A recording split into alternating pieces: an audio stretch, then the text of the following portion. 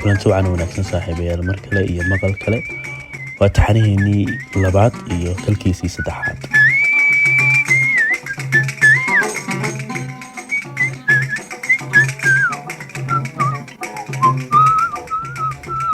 soo dhawaada mar kale saaxiibayaal.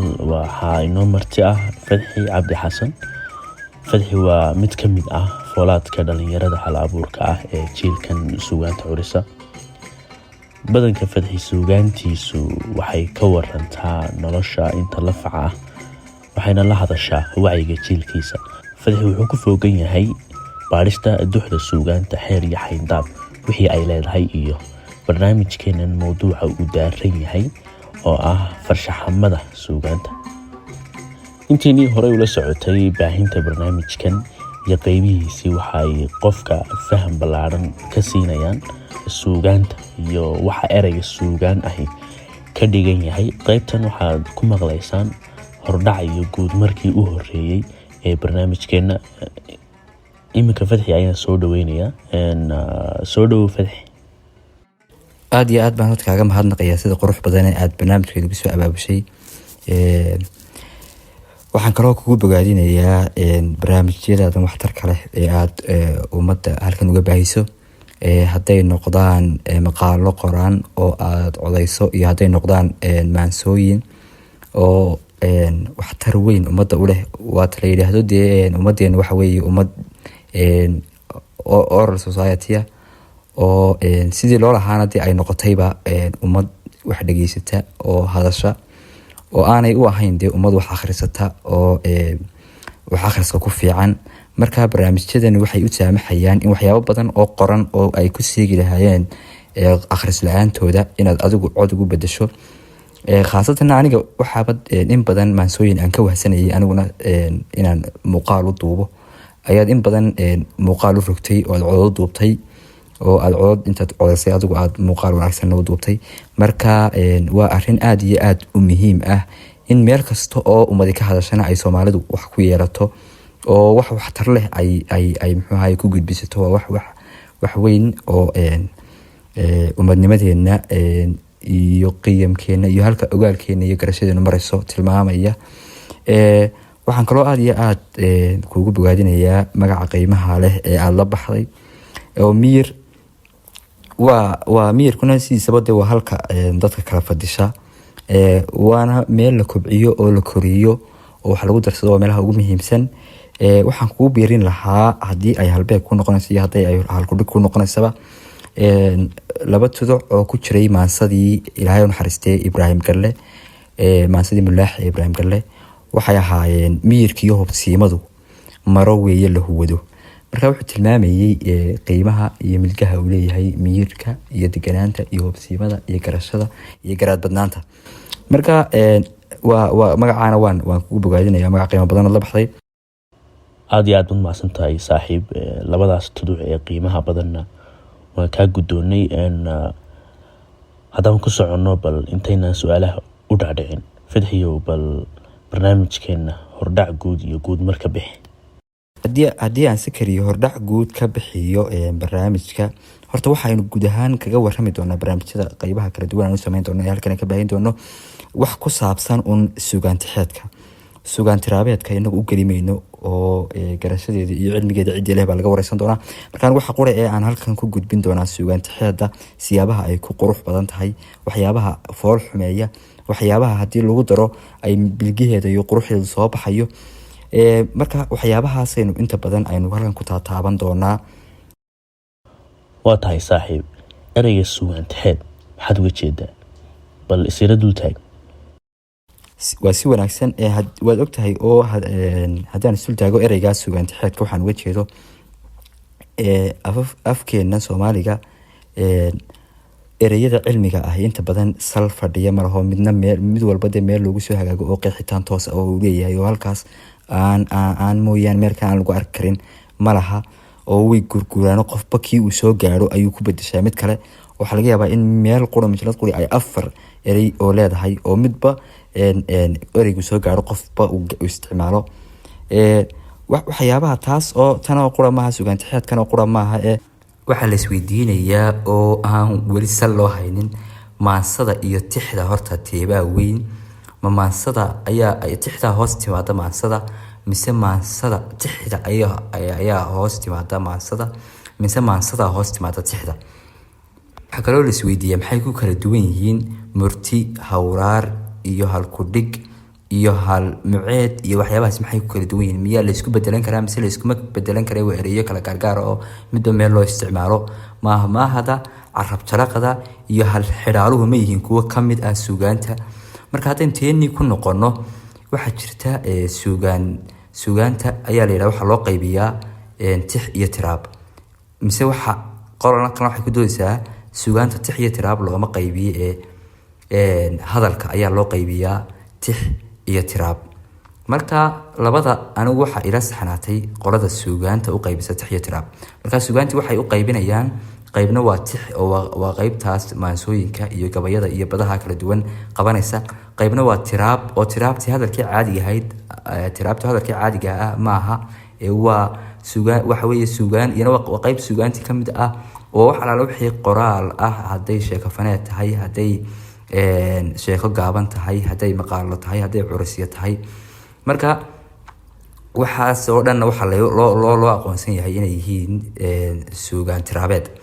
marka waxaan anigu markaa qodobkayga aan cuskanaya waxa weeye suugaan haddaan ku koobnaado suugaanta way qaybo badan tahay qaybtiye markaa waa anigan tixda xagga dambe ka raaciyay suugaan tixeed. marka ereygaa isaga fasirkiisu saasaan ujeedkayga oo ahaa oo isticmaalkayga saasaan u isticmaalayay. iswacan baan kuu fahmay saaxiib. saaxiibadayna dhegeysanayana sidaas baan ka rajaynayaa. bal intaadan ka bixin qodobkan fadxiyo aynu dadka u jilcino carab jalaqdu waxay tahay. haddii aan faahfaahiyo carab jalaqda waxa ay loo isticmaalaa loogu magac bixiyey carab jalaqda waxaa loogu magac bixiyey waxyaabihii caruurnimadii aynu isku xujeyn jirnay ee ay ka mid ahaayeen nin timir cunay biyo kama daban kaban karo, nin timir cunay biyo kama daban kaban karo aniga lafteedaan karayn, iyo abtigay mar iswad abtigay mar iswad. waxyaabihii nooca ahaa ee laysku xujeyn jirayba ayaa carab jalaq loogu magac bixiyey. tixraaceedana waxaa laga helayaa buugga uu qoray xasan burco ee la yidhaahdo baaceed. waa tahay mahadsanid. inkastuu barnaamijkani hordhac guud yahay, horta asalkaba ma jira wax shuruudo ah oo loo eegayo in waxaani maanso tahay iyo in kale. aad baad umahadsan tahay sakriye. shuruudaha guud bay horta maansadu leedahay oo marka ugu horeysaba waxa maanso loo aqoonsanayo shuruudaha loo sameeyey. markay shuruudaha yeelato ayaa la yidhi waxaas waxay noqonaysaa maanso ayaa loo aqoonsanaya. shuruuduhu waxa weeye 10 shuruudood. shuruudahaasi waxay kala ahaayeen kow inay baashaasi leedahay tibix socod ama xaraf raac. waa inay xaraf raac leedahay ama waa inay tibix socod leedahay. waa inay bad ku fadhidaa oo aanay ka baxbaxaynin ay bad ay sal ku leedahay. waa inay miisaan marka la saarana aanay qalloocsamaynin oo aanay miisaankeedu kala dheeraanaynin. marka haddii ay bad ku fadhido waa khasab in miisaankana ay sal ku yeelataa. waxaa kaloo oo loo eegaa qodobka afraad ah in anshaxeedu waanu qeexi doonaa hadhow isoo gaar banu istaagi doonaa in ay noqoto bahal aan anshax darro sifaynayn ee ay tahay bahal anshaxeedu toosan yahay oo si toolmoon oo qurux iyo gobonimo iyo akhlaaqba leh ay bahashaasi ay u dhisan tahay. waa qodobka afraadkaasi. qodobka shanaad waxa weeye ujeedkeeda iyo abaarteedu waa inuu maansadaas sugan yahay. marka uu abaarteedu iyo ujeedkeedu sugmo ayay maanso ku taagan tahay. waxaa kale oo ku jira walow anigu aanan muxuu haystiidsiiyo ereygaas waa in ay maansadaasi waxaan isu diisiyana hadhow baan qeexi doonaa. waa inay maansadaas qodobka lixaad weeye waa inay maansadaas erey dhaqameed ku jira oo ereyo dhaqameed laga helaa. waxaa kaloo qodobka 7aad waa inuu isaar ay yeelataa qurux badan. isaarkuna waa halka fartu kasoo baxdo iyana mar baan isdul daagi doonaa haddii ilaahay idmo oo waxaynu ugu tegi doonaa farshaxamada markaynu ka sheekeyn doono. waa inay maansadaas isaar leedahay. waa in maansada awaal socodkeedu uu toosan yahay. awaal socodkana isagana si gaara ayaynu qeexi doonaa. waa qodobka 8aad. qodobka 9aad waxa weeye humaag. waa in humaag maansadaas ay wax sawiraysaa.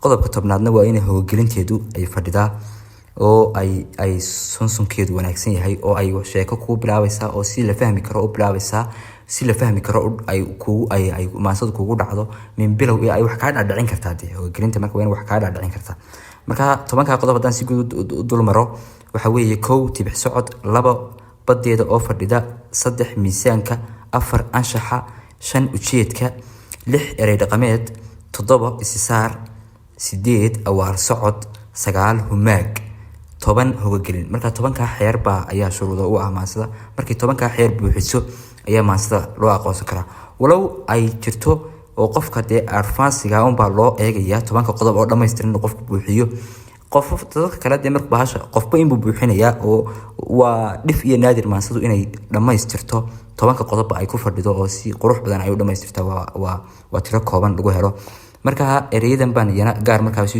dultaagi doona kuwa aan u filayo sidaad ka dhawaajisay Fadxiyo waxaa jira erayo qeexitaankooda la fahmin ama uu muranba galo bal ereyadaas isu kaya dultaag waa si wanaagsan haddaan isdul taago ereyada aan isleeyahay qeexitaan fiican ma laha qodobka koobaad wuxuu ahaa anshaxa marka la leeyahay ma aha horta sidee anshaxu isaga laftiisaan qofbada waxba anshaxa u yaqaanaa laakiin waxa ay anshaxa si guud looga jeedaa waxyaabaha akhlaaqiyadka basharka ku ceebta ah oo dhan inay maansadaasi ka ceeb laadahay oo ay ka maran tahay oo ay kamid yihiin waxyaabahaas takoorka ay cayiga in qolo la caayo ku jeedjeedka qof dhiban dadnimo darrada iyo wixii damiir xumo oo dhan ah waxyaabahaas oo dhan in ay bahashaasi ka marnaato ayaa la oran karaa anshaxeedu markaa uu toosan yahay anshaxu maaha muxuu ahaa ereyadii cayda ahaa iyo waxyaabahaas inay ka maran tahay oo waxyaabahan dadnimada ku ceebta ah oo dhan anshaxa marka kaasa isaga uu kowga horta loo yahay oo waa ka koobaad aan isleeyahay qeexitaankiisu ma fiicna aan kaa dhex galo Fadxiyo qodobkaas anshaxa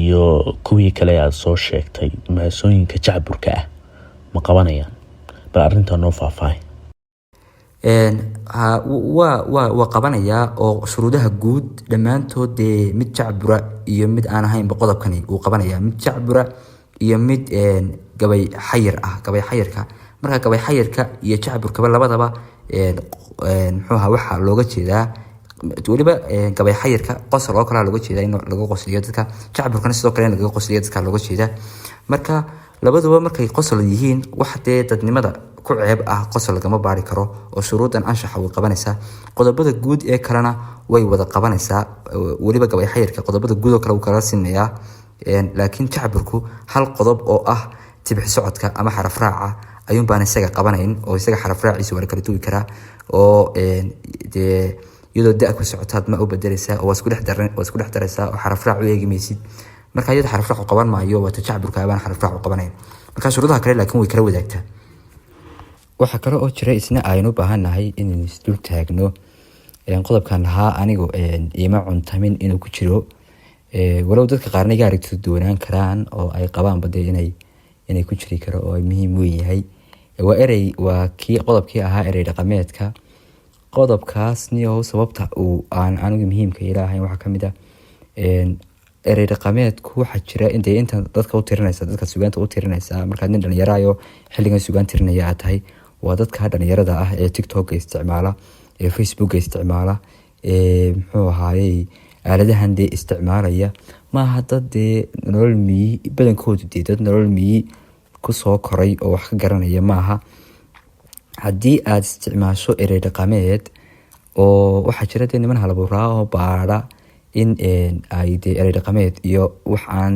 dhalinyarada aanay garanayn ku daraan ay sugaantooda ay ku daraan ama sawiro aamiyi laga garanayo ay ku daraan marka cidda la hadlaysa waa ciddan waa dhalinyarada imika wax kula fahmaysa waa intan aan badankoodu inta u badan aanay nolol miyi waxba ka garanayn marka erey dhaqameedkaasi haddii lagu daro ileen ma noqonayso sugaantii meel lagu ururiyo erey dhaqameedyada noqon mayso oo maansadaadi maaha meel looga soo doonanayo erey dhaqameedyo oo qofna intuu maanso dul istaago oran maayo erey dhaqameed baan ka baarayayo maanso loo akhrisan maayo in erey dhaqameed laga baadho maansadu waxbay gudbisaa fariin bay gudbinaysaa waa in fariintaadii aad erey kasta oo lagu fahmi karo ka ugu fududna ha ahaado mid muxuu ahaayey ereyada magaalada ah kuwa erey suuqiga ah baad u doona aan salba ku lahayn afkii ha ahaado hadduu doonayo sidii kasta ee lagu fahmi karo ee qofkan maansadaada akhrisanaya ama dhegeysanaya aada uga dhaadhicin karto waa in aada uga dhaadhicisaa.